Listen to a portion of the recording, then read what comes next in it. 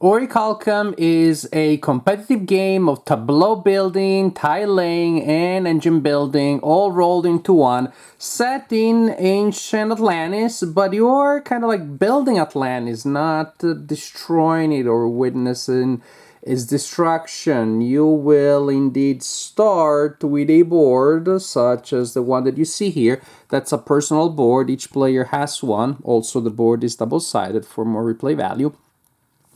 And you will start with a single tile that you place on one of these ports at the beginning, and also when you cover a port you collect the corresponding resources by placing it there. For example, I just collected an Orichalcum, we'll call it gold, and also a warrior. These are two important currencies. As the game progresses, I will add more tiles here and expand my island, try to create different kind of synergies, and every time I score a point there will be something, a token of different kinds that will go up here. My actions may also play monsters on my board. The winner is the player that first will score 5 points. We'll have 5 tokens up there, any combination of types of tokens, and no monsters on their island because we like our Atlantis to be peaceful that way. More in detail. The game revolves around a selection of resources. So to set up a round, you will draw cards from a deck and you place them on that central board there. Now each card has a slot indicated there with 1, 2, or 3 spaces. So after you draw each card, you also draw a tile of the corresponding kind and you place it there. That's for 1, for example. That's for 2, 3, and so on and so forth. Some tiles also feature volcanoes, and when you draw a tile on a volcano, you also draw a monster. The monsters come from that bag, and you place it on the corresponding volcano. So that's how you set up the turn, by placing those large tarot side cards with tiles on them and possibly with monster tiles also.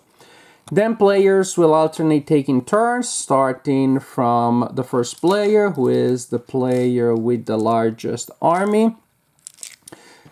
And when it is your turn, the first thing you do is mandatory. You must select one of the cards. Some cards are for free. There is no price indicated on top. Some other cards you need to pay a cost, so you discard 2 or 1 warriors. Suppose I decide to take that card. When you take the card, you take the whole thing. The card goes, for the time being, it's a good idea to place it in front of you as reference, and you'll see a reference for what. Then you have to place your tile, your terrain tile, and possibly your monster tile. And you need to place it adjacent to things that you already have there, expanding your land. And of course, it has to follow the map and things like that. So this would be, for example, a legal placement. I think that's about, I don't have many options right there if I took that big tile this early on. But that's what I did, and I'm gonna be happy with it. Booyah. Remember, I also have a monster, so the monster also goes there. When you have tiles, again, if you cover an area with resources printed on them, you collect them.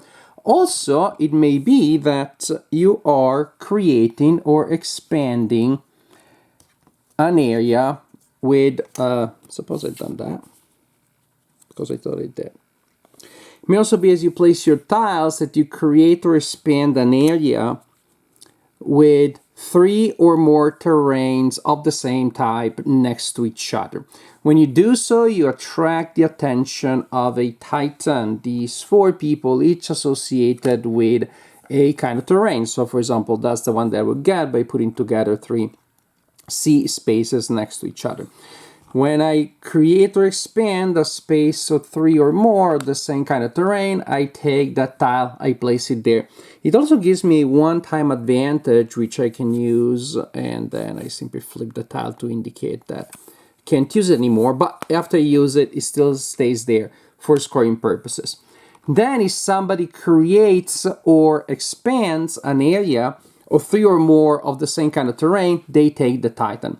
So it's very important. This is not longest road or largest army, because I may have 10 sea spaces next to each other, and you add 2 and you add a third, Then you just expanded or created an area of 3 or more. You take it. So it's just whoever matched the condition last, not necessarily with the biggest area. So that's how the titans are assigned and also how they sadly tend to leave. After you select your card and place your terrain tile and possibly resolve other effects, you can then optionally resolve the terrain indicated by the symbol that you have here. And there are 4 kinds of possible actions that come from the card. That's why I suggest that keep the card there so you remember what you're going to do next. This is simple. You will simply produce Orichalcum, and you'll get an Orichalcum for each mine spaces with that symbol on your board, and collect the Orichalcum. That's sweet. Similarly, when you train warriors, you will collect a warrior for each space with that symbol on your board. That's simple. Fighting, that's when we fight the monsters. Now, hopefully, but not necessarily, when you fight, you will have warriors in your personal area. You can assign warriors to fight a monster. You place them right next to that monster. Then you collect a number of dice equal to 1, that's your default, plus another die for each warrior that you committed there. And these dice range from 1 to skull. Skull corresponding, I guess, to 6, because there is no 6. And then you roll them. So even if you are no warriors, you will always roll at least 1. If the total that you rolled is equal to or higher than the strength of the monster, you defeated the monster. So right there, 6, I failed to kill that Medusa.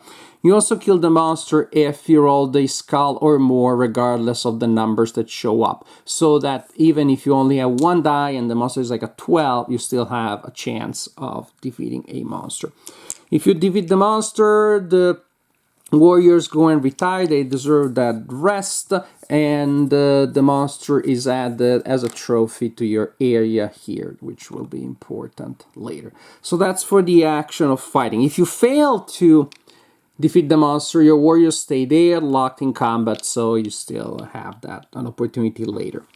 The other action is to build. And when you build, you will interact with this mini board here. You can build one of these buildings here. They are randomly placed. They come from a bag, and they will give you different kinds of benefits as indicated by the icons here. And you have to read a little bit of Iconese to be able to read them, but it's not too tough.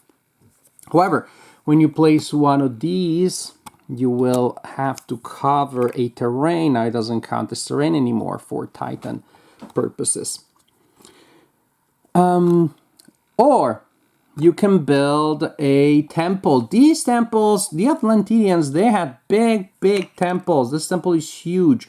It needs to go on, and it needs to go on 4 different kinds of terrain. Pretty finicky situation. So it's gonna cover a big chunk of your land, and again, it has to be done in a very specific way. Oh, look at that. That would be a space with 4 different kinds of terrain where if I spend the build action, I could place that temple, and then that's a victory point, which I record on my display that way. But again, huge commitment there.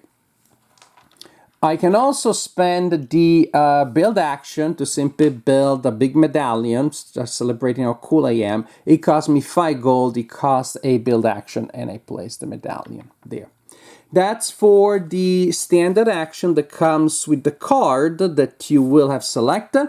Finally, at the end of your turn, you can take 1 additional action, but this one doesn't come by default. This will cost you, and it's indicated here on your personal display that if you spend 2 warriors, you can take one of these actions, that is fight, build, or collect the gold. If you spend 2 gold, you can fight, build, or train warriors. And if you spend 2 trophies, so these previously defeated monsters that are laying there, you discard them, then you can perform any one of the 4 actions in the game. So this is the idea. Pretty simple. Collect a card with all that comes on it. place the tile on the board. Then you can choose to take the action on the card. You can choose to take another action by spending resources from your personal board. Continue like this, round, turn after turn and round after round until somebody has 5 victory points and no monsters on their board, and the player is the winner of the game. Orichalcum is good. Orichalcum is really good and enjoyable. I like the fact that it has a lot of decisions, a lot of strategy, but then once players know what they're doing, know the game, it can move pretty fast. You can play it in about an hour or less. And yet they're still thinking, and yet there's not too much downtime. The thinking comes from the fact that your turn starts with the selection of a card, and that's a lot of importance because you're basically choosing the action, choosing the tile, then you choose where the tile goes. Then you have then you have another action that you take, the extra action that you spend resources to do. Other effects that may come from some of the buildings that you have built. A lot going on, but at the same time, unless you have a lot of warriors to buy all those cards, there will be rounds in which you only have a choice of maybe 2, maybe the free ones, because you don't have any of those to pay for the card, or you don't want to spend them because you want to use them for something else.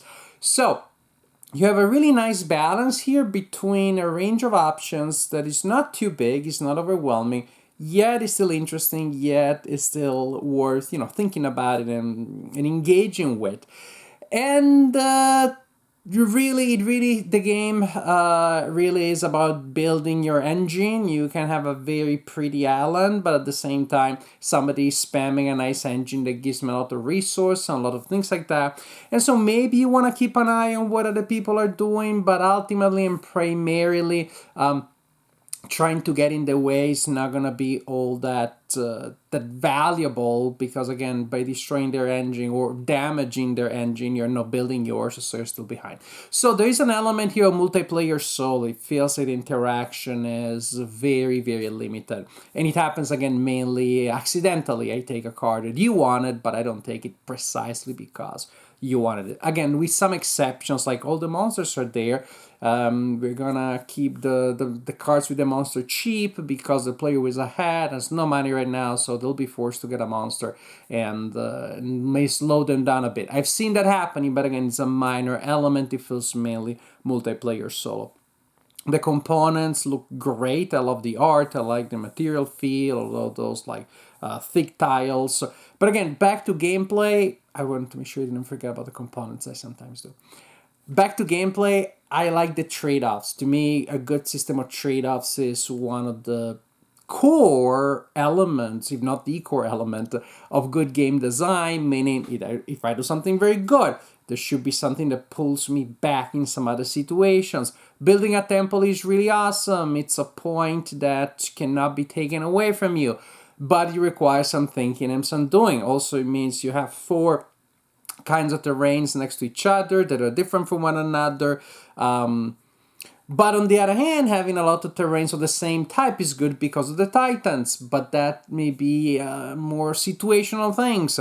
If I call a titan just to win the game, that's an insta thing, but titans may not stay very long on your board.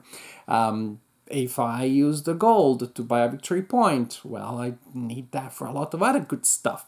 Very nice elements there. The fighting of the monsters is also very neat because it doesn't bring too much of a random element. It spices things up. But in a game with this tight of an economy of actions and resources and space, it shouldn't be too big, and it isn't, It reminded me actually of a complaint that I had about Cyclades, which also had a similar theme, which had a very nice tight economy, and from time to time there would be a fairly major luck swing during the fights, and you couldn't really recover from that. Well, here's not. The luck swing is not too big. If you fail, your warriors stay there, so you don't start falling behind. Lot of interesting elements, lot of interesting touches for a game that at its core, it's very simple mechanically. I would say it's like simple, light game in terms of rules, but it feels like medium in terms of strategy and gameplay, which is a really good trade-off with also good components. So, Very happy. I'm very happy with Orichalcum.